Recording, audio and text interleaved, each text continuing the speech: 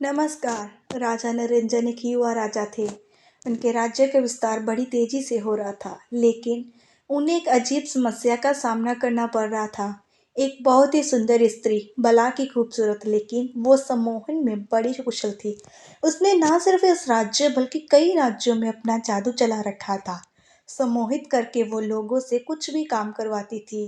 राज्यों में चोरी, लूटपाट और खून आम बात हो गई थी। उस स्त्री का लेकिन अभी तक कोई पता नहीं लग पाया था, ना ही ठीक से उसके बारे में कोई बता पा रहा था। आए दिन राजा के सामने कोई ना कोई याचना लेकर राजमहल आता था। राज्य में चर्चा थी उस स्त्री का अंतिम शिकार राजा होगा, क्योंकि राजा को सम्मोहित करके वो राज्य की रानी बनना चाहती है। तब से राजा की सुरक्षा भी और बढ़ा दी गई। एक दिन एक भाई अपनी बहन के साथ राज्य महल में आया। दोनों की हालत बहुत खराब थी। भाई अपनी बहन के माथे पर हाथ रखाया था। बहन घायल थी और वो जन्म से ही बोल नहीं पाती थी। राज्य महल में उसे जाने नहीं दिया गया। सैनिकों ने उसे द्वार पर ही रोक लिया। राजा ने दूर से ये देखा और उन्हें पहले उपचार के लिए राजमहल के उपचार केंद्र में भेजा गया। राजा ने सभ्य उपचार केंद्र जाकर उन्हें देखा। भाई और बहन दोनों रो रहे थे।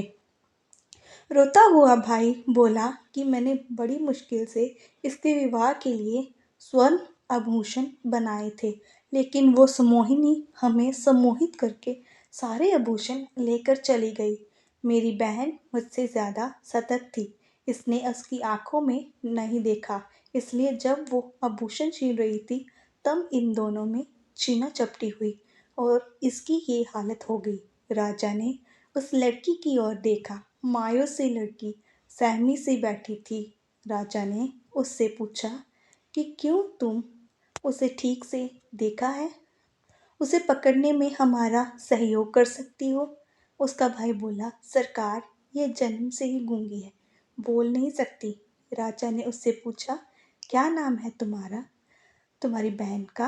वो बोला, सरकार, इसका नाम बाती है और मेरा मंगल है।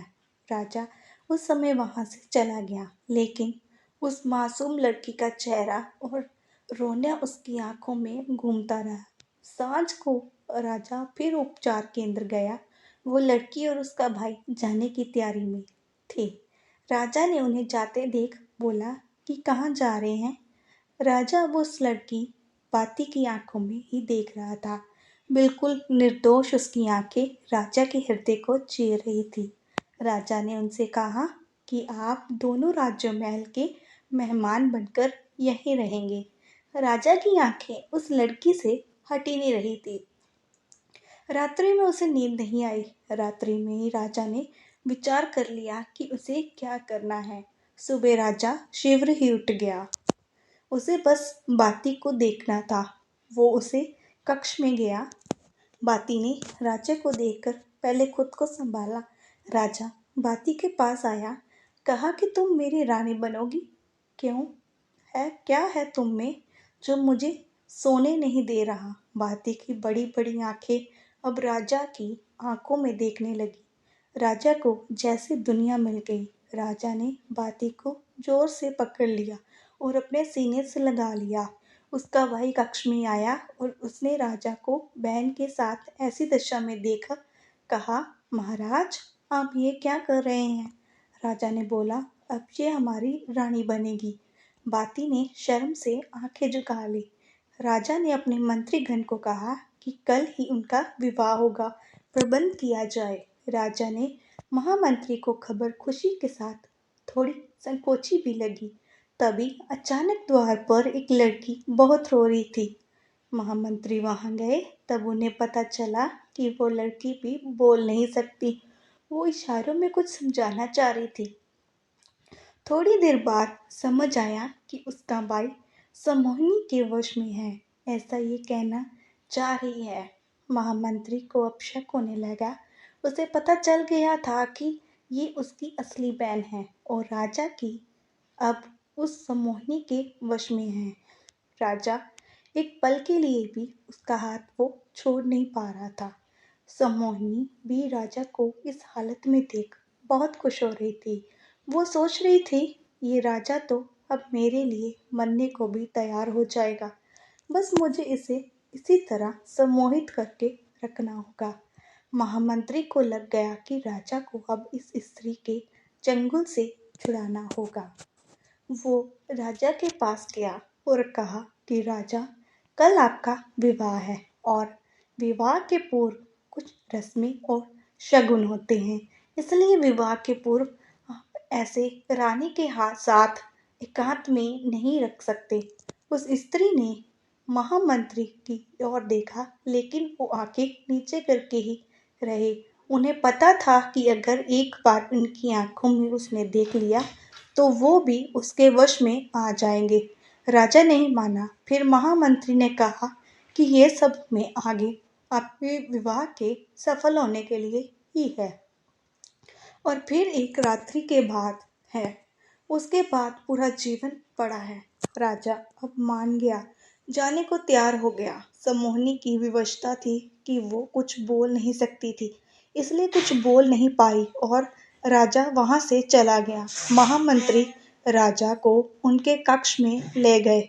उन्हें पता था कि राजा को सच बताने से कोई फायदा नहीं है, क्योंकि राजा उनकी बात नहीं मानेगा। उन्हें किसी तरह से सम्मोहिनी के मुंह से कुछ बुलवाना पड़ेगा।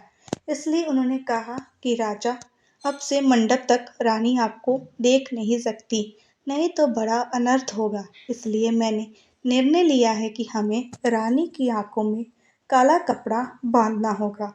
राजा की हालत एक पागल से कम नहीं रह गई थी। उसने कहा, आपको जो सही लगता है करें, लेकिन कल मेरा विवाह कराएं और अधिक विलंब नहीं करें। महामंत्री ने कुछ महिलाओं को उस सम्मोहिनी के कक्ष में भेजा, जिन्होंने उसकी आंखें काले कपड़े से बांधकर, साथ ही साथ दो स्त्रियां वहीं रही ताकि वो खोल नहीं सके। सम्मोहिनी विवश थी कि क्योंकि वो बोल नहीं सकती थी, वरना उसका भेद खुल जाता, इसलिए वो चुप रही। अगले दिन मंडप सजाया गया। राजा आतुरता से वहां उसकी राह देख रहा था। दुल्हन को लाया गया। आंखों पर काला कपड़ा था। एक मंडप पहुंचने पर कपड़ा हटाया गया। जैसे ही कपड़ा हटा, सम्मोहिनी को कुछ दिखाई नहीं दिया, जिस कारण उसे पीड़ा और क्रोध आने लगा। क्योंकि उसकी शक्ति तो आंखों में ही थी। वो जोर से चिल्लाई, महामंत्री, तूने मुझे अंधा कर दिया। ऐसा कहकर वो इधर उधर हड़बड़ा कर दौड़ने लगी। तूने मुझे अंधा कर दिया। सारा मंडप बिखर गया। राजा भी उसकी वाणी सुनकर जैसे नींद से जाग गया हो। उसका सम्मोहन टूट गया। राजा ने कहा, तो अच्छा, तो तुम हो। वो हमें भी धोखा दे रही थी। सम्मोहिनी को फिर पहरेदारों ने पकड़ा और कारागाह में डाल दिया। राजा ने महामंत्री से पूछा कि आपने ये कैसे किया। महामंत्री ने कहा कि उसकी शक्ति उसकी आंखों में थी। मैंने कुछ समय के लिए उसे एक पदार्थ से अंधा किया और उसकी असलियत सामने आ गई। राजा ने उन दोनों भाई बहनों को धन्यवाद के साथ विदा किया और महामंत्री को भी उन्हें और राज्य को बचाने के लिए धन्यवाद किया। Thank you for watching. Please like, comment, share and subscribe my channel. Thank you so much.